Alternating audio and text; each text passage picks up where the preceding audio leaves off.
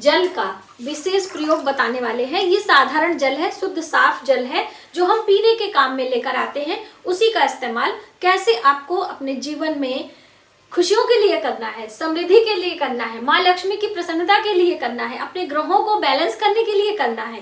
देखिए, सिर्फ सूझबूझ से ही हम अपनी परेशानियों का हल निकाल सकते हैं और बहुत ज्यादा उसमें समय और बहुत ज्यादा धन हमारा नहीं खर्च होता है। इस जल से आप कैसे अपने ग्रहों को मजबूत कर सकते हैं और कैसे माता लक्ष्मी को प्रसन्न कर सकते हैं, क्योंकि जो ये जल है ये माँ लक्ष्मी का प्रतीक माना जाता है ना। तो सबसे पहले तो जब हम पूजा करते हैं तो बिना जल के हमारा पूजा संपूर्ण नहीं होता है और ना ही पूजा की शुरुआत होती है। दूसरा, हम जब भोजन परोसते हैं तो बिना पहले जल रखते हैं, उसके बाद भोजन परोसते हैं। जब भी हमारे घर में कोई भी साफ सफाई होती है तो बिना जल के हम सफाई नहीं कर पाते हैं, ये तो सब आपको पता ही है। लेकिन इस जल से हम अपने ग्रहों को कैसे मजबूत करें वो जानते हैं। तो सबसे पहले तो इस जल को आप अपनी रसोई में यदि रखते हैं और सुबह सवेरे अपने मुख्य द्वार पर छिड़काव करते हैं, इससे माँ लक्ष्मी प्रसन्न होती हैं। सुबह सवेरे ब्रह्म मुहूर्त में सो के उठते ही आप करें।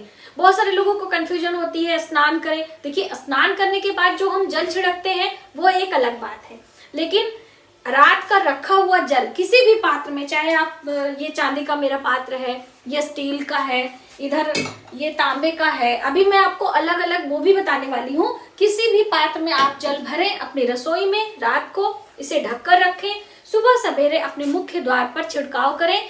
ब्रह्म मुहूर्त में 4:30 से 5 बजे के बीच में, सर्दियों में तो 5 से 6 के बीच में भी, क्योंकि सूर्योदय के पहले। बस इस तरह से आपको ध्यान रखना है, सूर्य का उदय ना हुआ हो, बस इस जल को लेना है और अपने हाथों से ऐसे छिड़काव करना है और फिर माँ लक्ष्मी को ध्यान करके प्रणाम कर लेना है। बस इस छोटी सी प्रक्रिया है। यदि आप फ्लैट वगैरह में रहते हैं तो जमीन में गीले कपड़े से हल्का सा छिड़काव करके गीले कपड़े से पोंछ भी सकते हैं, क्योंकि देखिए आजू बाजू के लोग थोड़ा सा सोचने लगते हैं ना कि क्या कर रहे हो, लेकिन अपना काम करने में कभी भी शर्म नहीं करनी चाहिए, ये भी है।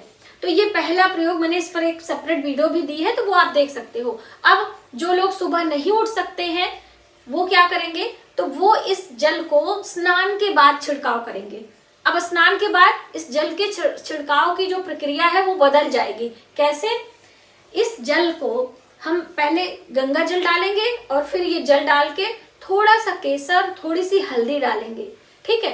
अब उस जल को फिर हम स्नान के बाद अपने मुख्य दरवाजे पर छिड़काव करेंगे। तो दरवाजे पर छिड़काव बहुत सारे लोग कहते हैं कि दहलीज पे करना है, कि जो ऊपर बना रहता है उस पे करना है, ये नहीं समझ पाते हैं। देखिए, जो दहलीज है वहां पर देवी देवताओं का, पितरों का, सभी का वास होता है, इसलिए दहलीज पर ही आपको छिड़काव करना होता है। दहलीज आपके यहाँ बनी है या नहीं बनी है फिर भी आप कर सकते हो, ठीक है। क्योंकि जब भी कोई शुभ या अशुभ कार्य होता है, सकारात्मक ऊर्जा प्रवेश करती है, तो वो मुख्य द्वार से ही आते हैं हम सभी। तो मुख्य द्वार पर ये हल्दी वाला, केसर वाला जल छिड़काव करें। माँ लक्ष्मी के निमित्त आप एक दीप भी लगा सकते हो, है ना। दीप बीचों बीच में रखें, दीपक का मुख किस तरफ रखें, ये भी बहुत सारे सवाल आते हैं। तो आप चाहें तो राइट लेफ्ट कहीं भी रख दें, आप चाहें तो बीचों बीच में रखें। सिर्फ इस बात का ध्यान रखें कि जो दीप होगा उसके नीचे हमें कोई आसन लगाना होगा। जैसे ये दीपक है ना, तो नीचे कोई बेस, आप कोई रंगोली बना दीजिए, फूलों की, चावल की, कोई भी रंगोली बनाकर उसमें आप रख दें। उस चावल को आप हर दिन रिपीट भी कर सकते हैं, ऐसा नहीं कि एक दिन आपने इस्तेमाल किया दूसरे दिन नहीं कर सकते।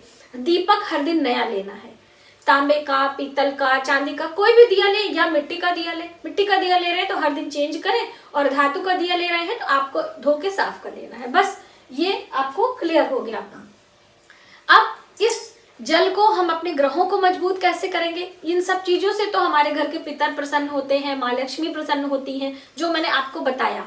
अब यदि आप इस जल को भगवान शिव पर अर्पित करते हैं, जैसे कि कई बार मैंने बताया है, काले तिल से, दूध से, अलग अलग चीजों से भगवान शिव की पूजा की जाती है, लेकिन सिर्फ 1 लोटा जल आप अपने घर से लेकर जाइए, ठीक है। चाहे वो रात को आपने रखा हो, चाहे सुबह फ्रेश जल आप लीजिए, घर से ही लेकर वो जल आपको जाना है।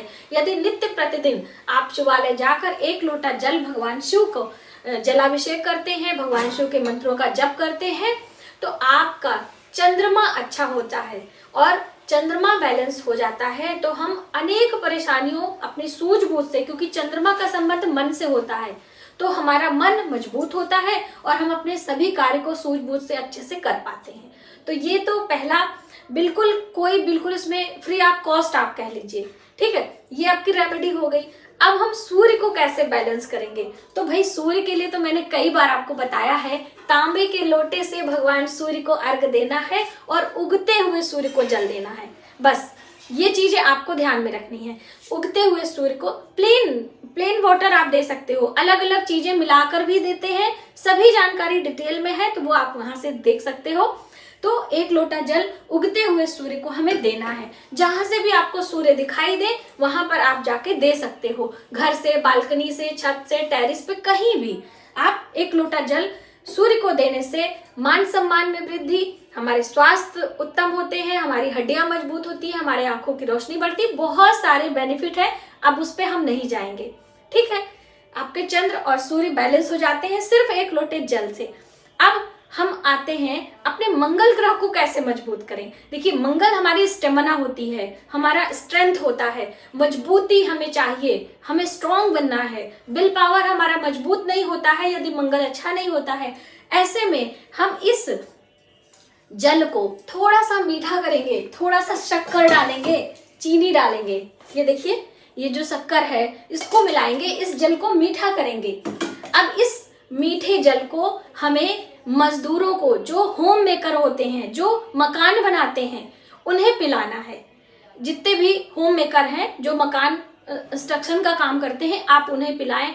या फिर आपके घर में कोई थका हारा आता है, रिक्शा चालक है या फिर आपके डिलीवरी बॉय हैं, कोई भी हैं, मतलब मेहनत का काम कर रहे हैं, वैसे सीधा संबंध तो जो घर बनाते हैं उनसे होता है, तो आप उनको पिलाएंगे तो ज्यादा अच्छा होगा। वरना आप किसी मजदूर को, यानी जो मेहनत का काम करते हैं, उनको आप मीठा जल पिलाएंगे, वो अच्छा है। ये आपने मंगल को मजबूत कर लिया। अब आप सोचेंगे कि मैम बुध का भी बता दें, तो देखिए, बुध ग्रह का संबंध हमारे धन से होता है, लक्ष्मी से होता है, हमारी स्किन से होता है। तो आप बुध को बैलेंस करने के लिए इस जल का प्रयोग, जल से आप पौधों को सींचें। जो आपके पौधे लगे हैं आपके घर में, या पीपल वृक्ष को, बरगद वृक्ष को, किसी पेड़ में नित्य नियम से आपको इस जड़ों में सिंचाव करना है। इससे आपका बुध ग्रह बैलेंस होता है और फिर आपकी किस्मत चमकने लगती है, ठीक है।